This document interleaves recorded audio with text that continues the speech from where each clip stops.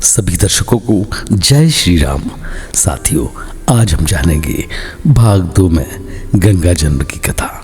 ऋषि विश्वामित्र ने आगे कहा, बहुत दिनों तक अपने पुत्रों की सूचना नहीं मिलने पर महाराज सगर ने अपने तेजस्वी पुत्र अंशुमान और अपने पुत्रों तथा घोड़ों का पता लगाने के लिए आदेश दिया।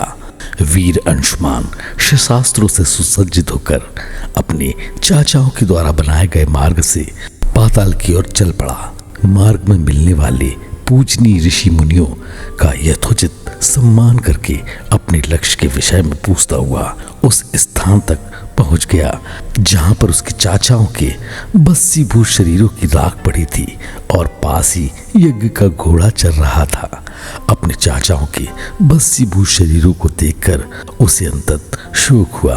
उसने उनका तर्पण करने के लिए जलाशय की खोज की, किंतु उसे कोई जलाशय दृष्टिगत नहीं हुआ। तभी उसकी दृष्टि अपने चाचाओं के मामा गरुड़ पर पड़ी।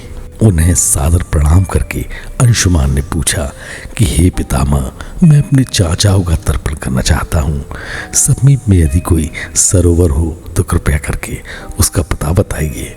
यदि आपको इनकी मृत्यु के विषय में भी कुछ जानकारी है तो वह भी आप मुझे बताने की कृपा करें। तभी गरुड़ जी ने बताया कि किस किस प्रकार से इंद्र ने घोड़ों को चुराकर कपिल मुनि के पास छोड़ दिया था और उसके चाचाओं ने कपिल मुनि के साथ उद्दंड व्यवहार किया था, जिसके कारण कपिल मुनि ने उन सबको भस्म कर दिया। इसके पश्चात गरुड़ जी ने अंशुमान से कहा कि ये सब अलौकिक शक्ति वाले दिव्य पुरुष के द्वारा भस्म किए गए हैं, अतः लौकिक जल से तर्पण करने से इनका उद्धार नहीं होगा। केवल हिमालय की ज्येष्ठ पुत्री गंगा के जल से ही तर्पण करने पर इनका उद्धार संभव है। अब तुम घोड़े को लेकर वापस चले जाओ, जिससे कि तुम्हारे पितामह का यज्ञ पूर्ण हो सके। गरुड़ जी की आज्ञा अनुसार अंशुमान वापस अयोध्या पहुंचे और अपने पितामह को सारा वृत्तांत सुनाया। महाराज सगर ने दुखी मन से यज्ञ पूरा किया। वे अपने पुत्रों के उद्धार करने के लिए गंगा को पृथ्वी पर लाना चाहते थे, पर ऐसा करने के लिए उन्हें कोई भी युक्ति नहीं सूझी। थोड़ा रुककर ऋषि विश्वामित्र ने कहा, महाराज सगर के देहांत के पश्चात अंशुमान बड़ी न्यायप्रियता के साथ शासन करने लगे। अंशुमान के परम प्रतापी पुत्र दिलीप हुए। दिलीप के वयस्क हो जाने पर अंशुमान दिलीप को राज्य का भार सौंपकर हिमालय की कंदराओं में जाकर गंगा को प्रसन्न करने के लिए तपस्या करने लगे, किंतु उन्हें सफलता प्राप्त नहीं हो पाई और वे स्वर्ग सिधार गए।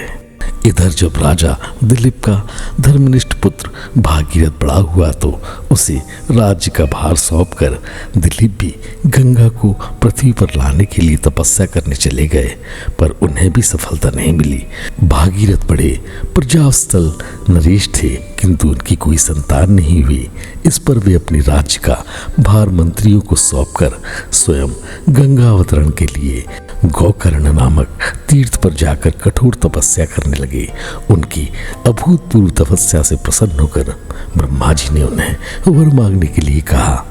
भागीरथ ने ब्रह्मा जी से कहा, हे प्रभु, यदि आप मुझ पर प्रसन्न हैं तो मुझे यह वर दीजिए कि सगर के पुत्रों को मेरे प्रयत्नों से गंगा का जल प्राप्त हो सके, जिससे कि उनका उद्धार हो सके। इसके अतिरिक्त मुझे संतान प्राप्ति का भी वर दीजिए ताकि मेरा वंश नष्ट ना हो। ब्रह्मा जी ने कहा कि संतान का तेरा मनोरथ शीघ्र ही पूर्ण होगा, किंतु तुम्हारे मांगे हुए प्रथम वरदान को देने में कठिनाई यह है कि जब गंगा जी वेग के साथ पृथ्वी पर अवतरित होगी तो उनके वेग को पृथ्वी संभाल नहीं सकेगी। गंगा जी के वेग को संभालने की क्षमता महादेव जी के अतिरिक्त किसी में भी नहीं है। इसके लिए तुम्हें महादेव जी को प्रसन्न करना होगा। इतना कहकर ब्रह्मा जी अपने लोक को चले गए। भागीरथ ने साहस नहीं छोड़ा। वे 1 वर्ष तक पैर के अंगूठे के सहारे खड़े होकर महादेव जी की तपस्या करते रहे।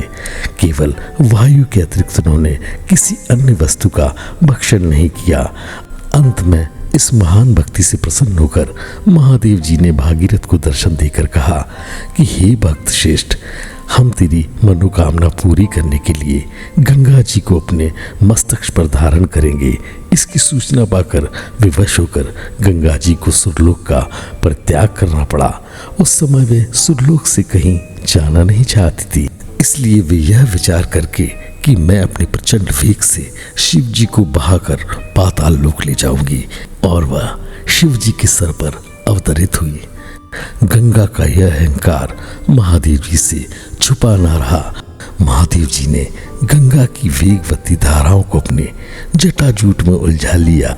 गंगा जी अपने समस्त प्रयत्नों के बाद भी महादेव जी के जटाओं से बाहर न निकल सकी। गंगा जी को इस प्रकार शिव जी की जटाओं में विलीन होते देख भागीरथ ने फिर शंकर जी की तपस्या की। भागीरथ की इस तपस्या से प्रसन्न होकर भगवान शंकर ने गंगा जी को हिमालय पर्वत पर स्थित बिंदुसर पे छोड़ा। छूटते ही गंगा जी 7 धाराओं में बट गई। गंगा जी की 3 धाराएं हार्दनी, पावनी और नलिनी पूर्व की ओर प्रभावित हुई। सुचक्षु, सीता और सिंधु नाम की 3 धाराएं पश्चिम की ओर बहीं और 7वीं धारा महाराज भागीरथ के पीछे पीछे चली। जिधर जिधर भागीरथ जाते थे उधर उधर ही गंगा भी जाती थी। स्थान स्थान पर देव, यश, किन्नर, ऋषि मुनि आदि उनके स्वागत के लिए एकत्रित हो रहे थे। जो भी उस जल का स्पर्श करता था भव बाधाओं से मुक्त हो जाता था। चलते चलते गंगा जी उस स्थान पर पहुंची जहां ऋषि जौन यज्ञ कर रहे थे। गंगा जी अपने वेग से उनके यज्ञशाला को संपूर्ण सामग्री के साथ बहाकर ले जाने लगी।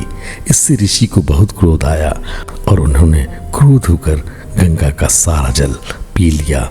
यह देखकर समस्त ऋषि मुनियों को बड़ा विस्मय हुआ और वे गंगा जी को मुक्त करने के लिए उनकी स्तुति करने लगे। उनकी स्तुति से प्रसन्न होकर जहनु ऋषि ने गंगा जी को अपने कानों से निकाल दिया और उन्हें अपनी पुत्री के रूप में स्वीकार कर लिया। तब वे गंगा जाह्नवी कहलाने लगी। इसके पश्चात वे भागीरथ के पीछे पीछे चलते चलते समुद्र तक पहुंच गई और वहां से सगर के पुत्रों का उद्धार करने के लिए रसातल में चली गई। उनके जल के स्पर्श से भस्मीभूत हुए सगर के पुत्र निष्पाक होकर स्वर्ग गए। उस दिन से गंगा के 3 नाम हुए, तृप्तगा, जाह्नवी और भागीरथी। हे रामचंद्र, कपिल आश्रम में गंगा जी के पहुंचने के पश्चात ब्रह्मा जी ने प्रसन्न होकर भागीरथ को वरदान दिया कि तेरे पुण्य के प्रताप से प्राप्त इस गंगा जल से जो भी मनुष्य स्नान करेगा या इसका पान करेगा वह सब प्रकार के दुखों से रहित होकर अंत में स्वर्ग को प्रस्थान करेगा। जब तक पृथ्वी मंडल में गंगा जी प्रभावित होती रहेंगी तब तक उसका नाम भागीरथी कहलाएगा और संपूर्ण भूमंडल में तेरी कीर्ति अक्षुण्ण रूप से फैलती रहेगी। सभी लोग श्रद्धा के साथ तेरा स्मरण करेंगे। यह कहकर ब्रह्मा जी अपनी लोक को लौट गए। भागीरथ ने पुनः अपने पितरों को जलांजलि दी। कथा समाप्त होने पर वे सब विश्राम करने चले गए। साथियों, आज हमने जाना गंगा जल का भाग 2। अगले प्रसंग में दोबारा मिलेंगे। जय श्री राम।